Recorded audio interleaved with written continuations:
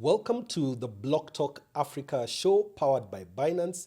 This is your go-to show for all things crypto, blockchain, and the future of money. My name is Mumo. I'm your host for the show. And for the next 12 weeks, we will be learning so many new things about crypto. And for you who is on this particular show, I have a special gift for you. Right now, go and sign up for a Binance account, and then you will put a referral code KISSFM.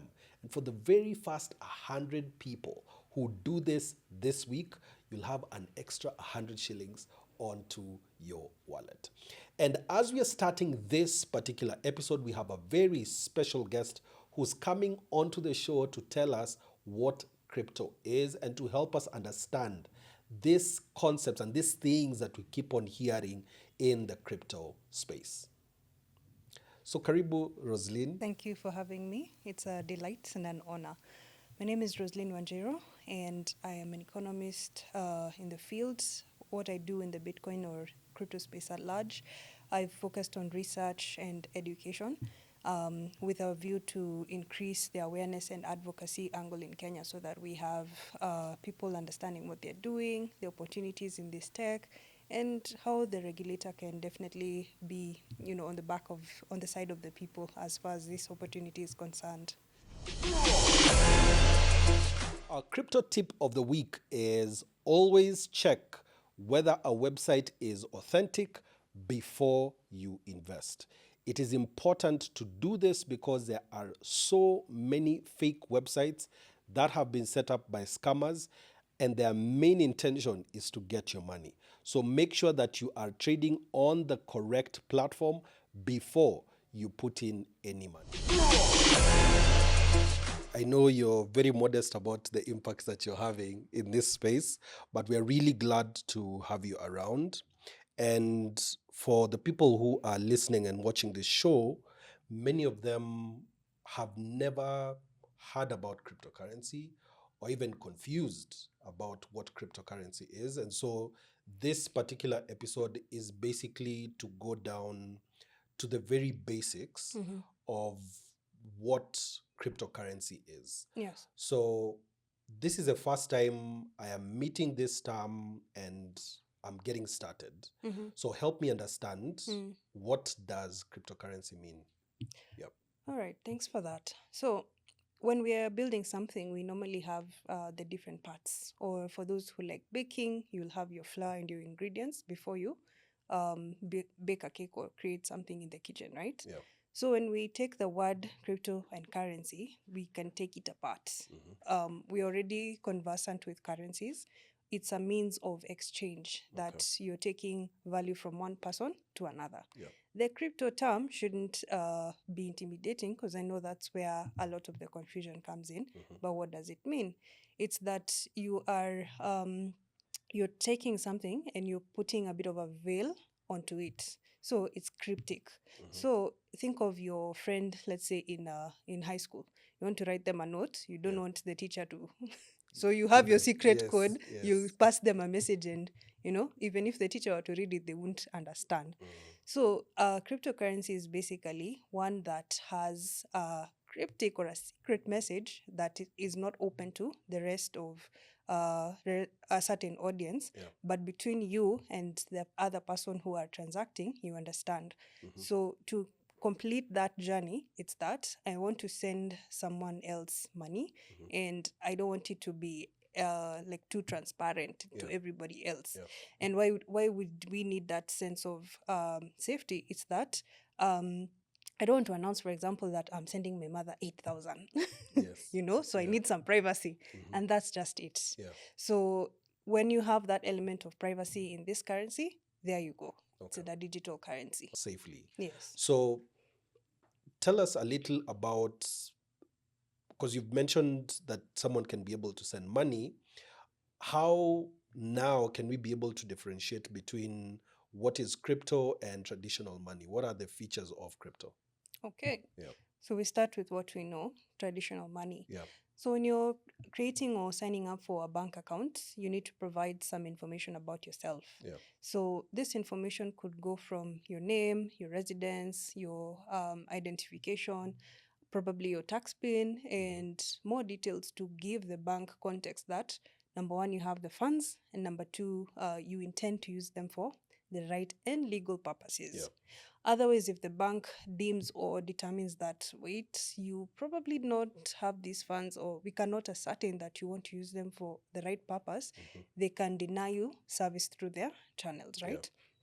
So in a cryptocurrency, we have a difference in terms of reducing the element of information that you must provide to transact financially. Okay. So what does this mean? It's that you can transact probably if you have a phone number on a USSD platform. There are cryptocurrencies that you can transact that way without having to prove where you live, how much you own, and so on and so forth. And there are those that you can use just with an email address. So what's the difference? You're reducing first of all, how much information you have to provide about yourself. And secondly, you're reducing the time that it takes to move money from yourself to another party. And why is this important? I know in traditional finance, there's a heavy burden on proving that it's not malicious intent first. So let's say benefit of the doubt or good faith, it's more of what if we allow you to transact fast, then share value and let the money have a higher velocity. So that's the idea with cryptocurrency, that you get to transact directly with someone else, not so many intermediaries between you, and less information about you. And why is information critical? We see cases of cybercrime and fraud on a large scale, just because people don't know how important or how much they need to protect their information out there. So with crypto, you have less exposure to these hacking risks, and that's one of the things that's awesome about. So I want us to go into Bitcoin. I know this is a term that so many people have had. So give us a little history about how Bitcoin began and probably what has made it be so ubiquitous with cryptocurrency. All right. Yeah. So in 2008-9 thereabout, there was an event that definitely led to the creation of Bitcoin as the first cryptocurrency, and that's the financial crash. Whereby, for those who might watch films like Margin Call, they'd be aware that an increase in interest rates led to a domino effect where people lost their homes, savings, and one of the questions that was asked at the time is that how much control do we have of our own money, and if we don't, then how can we have control of our own money? So there were different developments around e-money or hidden money, not necessarily, no, sorry, cryptocurrency or digital currencies, but they didn't have that event to push things forward, so to speak. So around the time, then a group or person entity known as Satoshi Nakamoto proposed the development of Bitcoin as a peer-to-peer payment network. And peer-to-peer just basically means, again, one person to another. So we've already had the likes of, say, PayPal or M-Pesa, and they've enabled people to transact. But where the difference in Bitcoin comes in is that it's not limited to any location. You can use it anywhere in the world, right?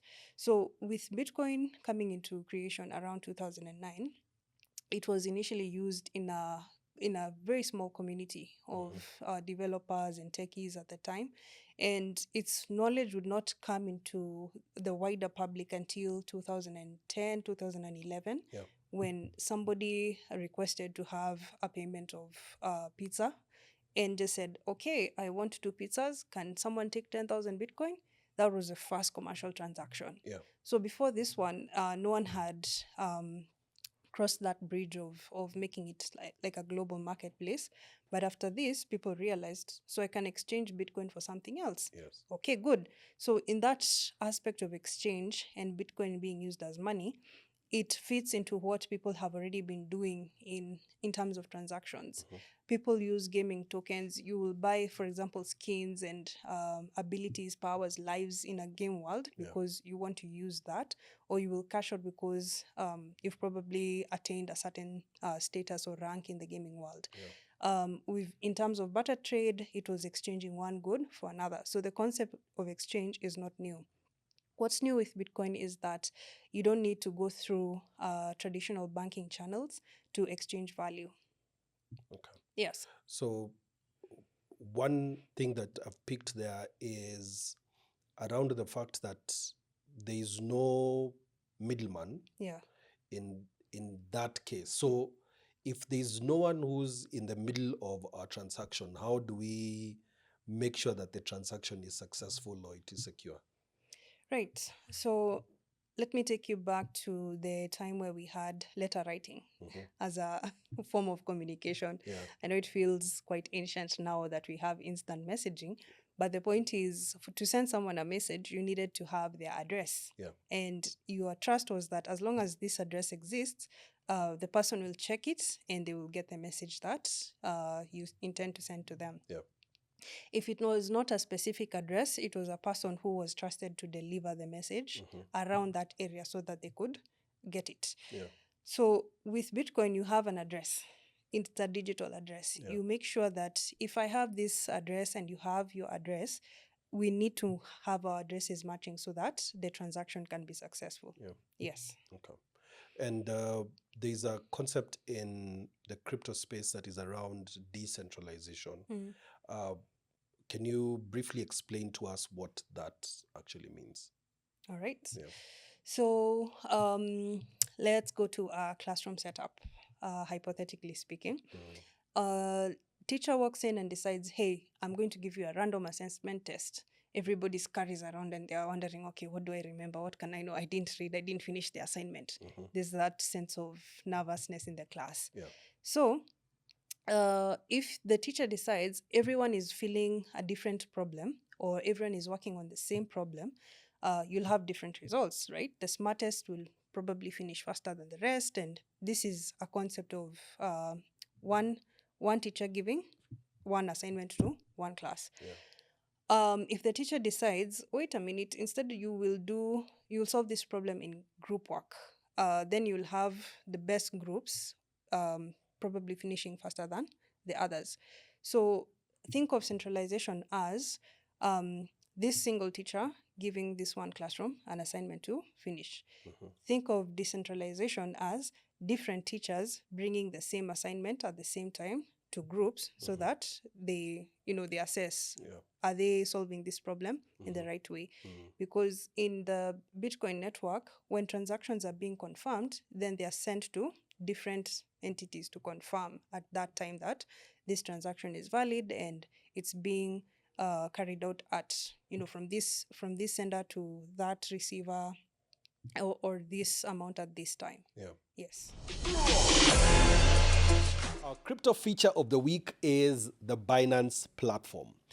Binance platform provides you with an one-stop shop for you to be able to do any crypto-related transactions, whether it is peer-to-peer, spot trading, futures trading, margin trading, or even if you want a crypto loan, you can get it on the Binance platform. Go to www.binance.com in order to be able to sign up, and you can use KSFM as a referral code to be among the first 100 users who get 100 shillings on their wallets. If we really want decentralization at scale, for us who don't have the resources, what can we do in order to be able to participate in this space? All right. So is this like in a question of the verification of mining? Okay. So in the aspect of cost, the cost to verify transactions has risen over time. Okay. So before, an individual could do it on their laptop or set up what you'd call a node, But as time has gone by, then we've required more specialized equipment. So I can give an example of an entity called Gridless in Kenya. And I'd recommend that we take a look further at their model, because they've managed to set up different energy energy energy grids and infrastructure just to facilitate Bitcoin mining in the country. So I know from what they're doing, then it's better to rally around what they're doing rather than trying to set up from scratch as an individual. I'm curious about how easy or how difficult it is to create a cryptocurrency. Yeah. Well, it's become easy over time.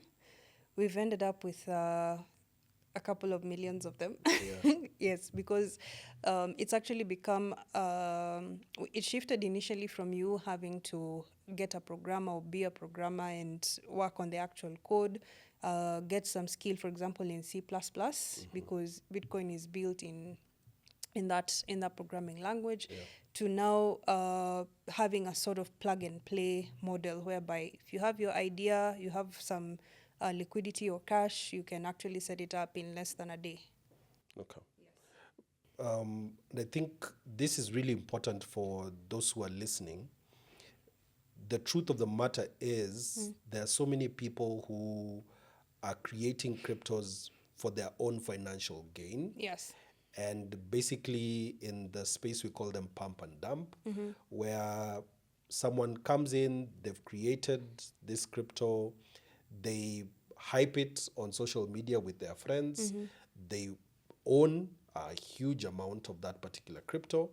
And the idea behind it is, because so many people are looking to get rich quick in the crypto space, when you see something has gone up 20%, 100% in 24 hours, the greed in us tells us, I need to go into that, not knowing Yes. there are people behind And they're ready to get out. and they want to get out with your money. Yes. Right? Yes. And so it's important for us to actually take time and learn about a crypto, and especially start with Bitcoin first of all, so that we can learn what it is. And by the way, I found if you decide to start learning about crypto and you go with Bitcoin and start with Bitcoin, you'll never know everything about Bitcoin, so you'll not even have time to go at the others that exist. Another question I have is around what gives a crypto like Bitcoin its value. Right. So value, it comes back to the motivation for people using it, right? So for Bitcoin, it's the longest known or longest, so to speak, in existence cryptocurrency. And for someone who is doing their research to start with, chances are, in terms of probability, that they will get to see it first. So be it in terms of testing it or learning about it, then there's that first mover bias or advantage that it has. Okay. So why Bitcoin? It's a simple peer-to-peer payment network. It doesn't require permission, and it doesn't have like a opening and a closing time. So if you compare it to traditional, let's say, payment gateways, where you have a limited time, there's downtime, or service maintenance, whereby it's unavailable for a few hours. Bitcoin, on the contrast, is available 24 hours. In terms of liquidity, availability, there's at any given point in time, even midnight or the wee hours of the morning, where someone might need to cash out or get some cash, Bitcoin is available.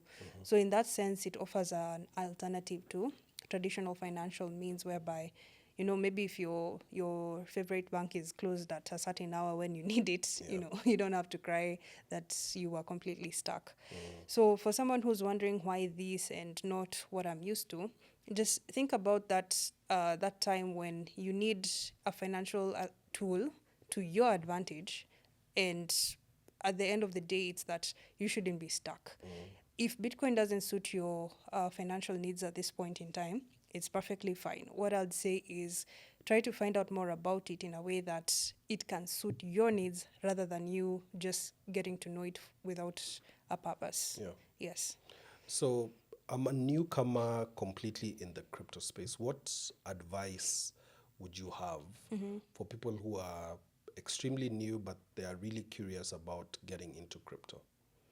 All right. If you're getting to know crypto for crypto's sake, be curious, first of all, not greedy. If you're curious, there's a lot to learn. And what are some of these things that are there to learn?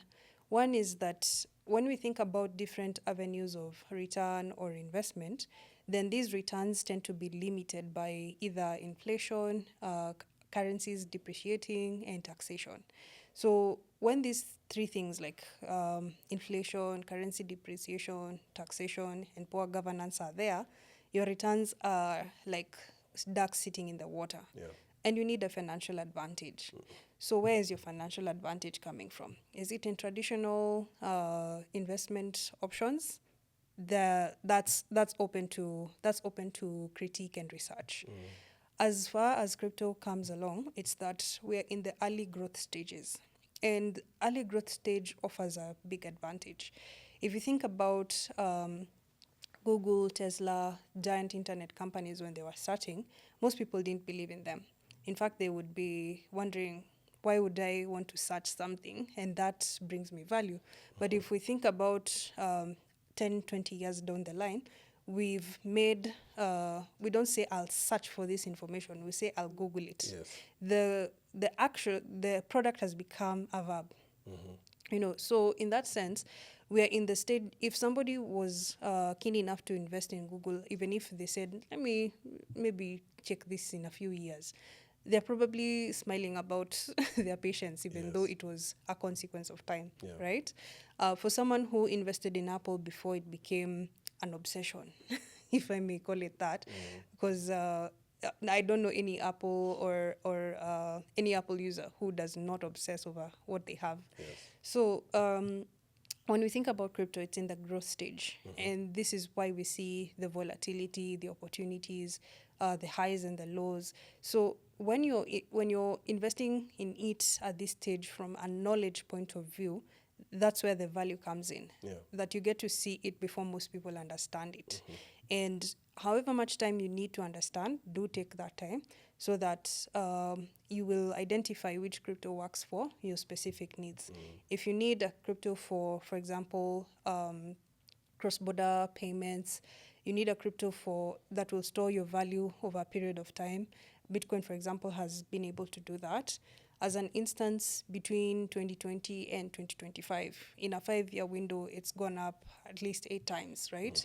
So for someone who is patient, for someone with a long-term view, Yeah. and someone who understands their specific need, if it's payments only and long-term value, then that's it. You don't need to get into too much information, because the other risk is either being underinformed or too informed about it. Yeah. Like you're saturated, you don't know Yes. what to do. Yes. So if you get a specific action point, like I want to hold this specific cryptocurrency like Bitcoin for 5 years, that's it. That's your action point. Yeah. If I want to use this to transfer money from this point to that point, or in this business to that business, that's your use case. Then just learn with that, and you'll be better off than most people who either don't learn, don't do, and get get into that limbo of not benefiting from what's going on. Yeah. Yeah. So allow us to close there, and thank you so much for your time and your expertise as well. Thanks. Coming to enable us to learn what crypto is. And for those who are listening, please remember there is a special gift that is there for you. Sign up on Binance today and put the referral code KISSFM so that if you are among the first 100 people, you'll have 100 shillings in your wallet. And if you actually get it in your wallet, you know what you should do? Come back to this episode and put it in the comments that I received it. And if any questions about this particular episode, please place them in the comments below. I'll be there to answer you. And in the next episode, we'll be tackling the misconceptions that are there about crypto. And my name is Mumo. I'm your host for the show. See you guys in the next episode.